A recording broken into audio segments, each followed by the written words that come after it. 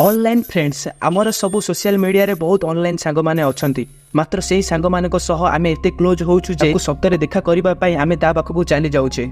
एहीपरि एक घटना कोरिया रे रहउथिबा एक 14 वर्षर पिला सहित होइतिला। एही पिलाटी तार ऑनलाइन सांग को देखा करिबा पई ता घर को पळैथिला। तार एही गोटे छोट भूल पई तार जीवन नष्ट होई गला। से पिलाटी सहित कोन हला आमे आज एही वीडियो डिस्कस करिबा। तो हे मोर ओडिसा वासी माने मोर एही नुवा चैनल ओडिया क्राइम शो आपण मानको स्वागत जणाउछि। एही चैनल रे आपण माने सब सत क्राइम स्टोरी देखि पारिबे। तो चलो देरी न करी आज आमे डिस्कस करिबा ता मिरांग गैंग रेप केस। 여학생들은 정신적인 고통을 이기지 못해 자살을 기도하거나 육체적 후유증으로 एही घटना आरंभ हैला 2003 मसिया कोरिया रो एक छोट सहर उल्सान जेउठारे से 14 वर्षर पिला रहउथिला। ता ना थिला चॉय। से पार्क को देखा करिबा पय मिरयंग जाइतिला। एही दुई जण ऑनलाइन रे सब दिने कथा हेउथिले आउ निजे निजे को भलो भाबरे जानि देइथिले। गोटे वर्ष पर जनवरी 2004 रे पार्क चॉय को कहूची तू मते देखा करिया पय आसी। तेबे चॉय ता घर छाडी मिरयंग पळैथिला। आउ पार्क रो घर पाखकु आसी जेतळ कबाट बाडेला जेतळ पार्क आसी कबाट खोलला मात्र ता पाखरे थिला एक लोहा रॉड। आउ से लोहा रॉड रे चॉय रो मुंड को मारी देला। आउ चॉय बेहोश होई गला। तापरे पार्क ताको चिकी चिकी तार रूम पाखकु नेला एवं सेठारे पार्क सहित तार 11 जण सांग मध्ये थिले। एही सब सांग माने जणे जणे करी चॉय सहित रेप कले। आउ सेठारे जहा भी होतला ताहा सब रेकॉर्ड करथिले। रेकॉर्ड कोन पई करथिले जानिछो जहा द्वारा फ्यूचर रे भी चॉय सहित ब्लैकमेल करी के रेप करि परिबे। तापरे चॉय को से घर बाहर को गोडी दियंती। जेतळ चॉय एही सब घटना परे ता घर को जाय से काहा को किछि कहबा पई योग्य नथिला कारण चॉय रो बापा सब बेले मद पी कि तार मां सहित झगड़ा करथांती जहा फल रे तार मां घर छाडी के पळेला।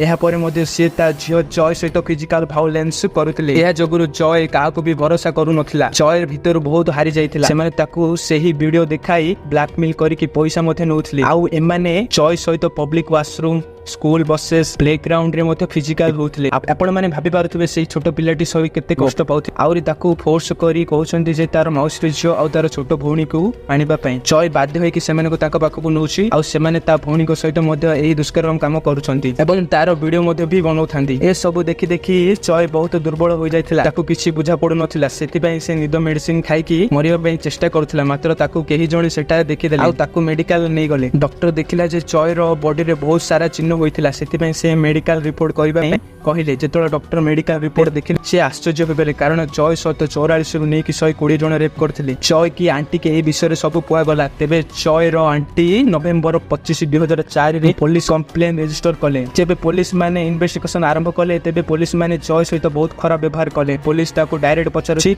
तू तांको मना करि पारेलु तू कहबा जोगुरु तो सहित एमिति खराब व्यवहार कले आउ तोर भड़िया केते पिलांग पई हमर एही मिरयंग शहरर ना खराब होछि। ए सब कहि कि ता सहित बहुत बेड बिहेव करूछंती। चॉय बहुत डर जाइथिला आउ दोषी को आइडेंटिफाई करबा पई ताको पुलिस स्टेशन डाकिथिले।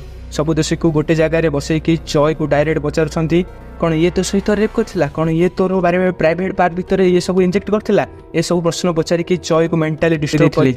आउरी तो गोटे बड़ कथा पुलिस माने चॉय रो सब इन्फॉर्मेशन मीडिया रे लीक कर दिथिले जहा पर दोषी मानकर पेरेंट्स को चॉय विषय सब जाना पड़ जाइथिला। तापरे से माने चॉय रो बापा पाखकु आसी पैसा दे कि ताको पिटिशन फाइल रे साइन करबा पई जबरदस्त करथिले। चॉय रो बापा को किछि फरक पडु नथिला तार झियो सहित कोन सब घटुथिला। चॉय 120 रु 40 जण लोकन को आइडेंटिफाई करैथिला मात्र ताको भितर सब 10 जण को दंड दिगला कारण सब जगह 18 वर्ष रु कम थिले। एहा जगुरु चॉय को ठीक रे न्याय भी मिलिलानी। जो सब पैसा से माने दोषी रो पेरेंट्स नेथिले से सब रु किछि भी चॉय रो एजुकेशन आ लाइफस्टाइल रे मध्ये खर्च करि नथिले। चॉय कॉलेज जॉइन होबा पई चाहुथिला मात्र को भी कॉलेज रे ताको सीट मिल नथिला एवं जा फल रे चॉय रो एजुकेशन मध्ये रहि गला। एवं नॉर्थ कोरिया रे गोटे नियम अछि जार एजुकेशन नाही ताको चाकरी नाही। एहा जगुरु से मझे गोटे चोरी केस रे मध्ये धरा पड़थिला। आपण माने बुझि पारुथबे से छोट झियो पिलेटी सहित कोन सब होउथिला आउ तार कंडीशन केमिति होउथिबो आउ आजि किए भी ता पाखरे खटिया होई नथिले। आउ एहा सहित एई कहानीटी एटी सरुची। जदि आपन को ए वीडियोटी भल लागिला ताहाले गोटे कमेंट करबा पई भूलिबे नाही। मु आपन को कमेंट रो अपेक्षा रे रहिली। धन्यवाद।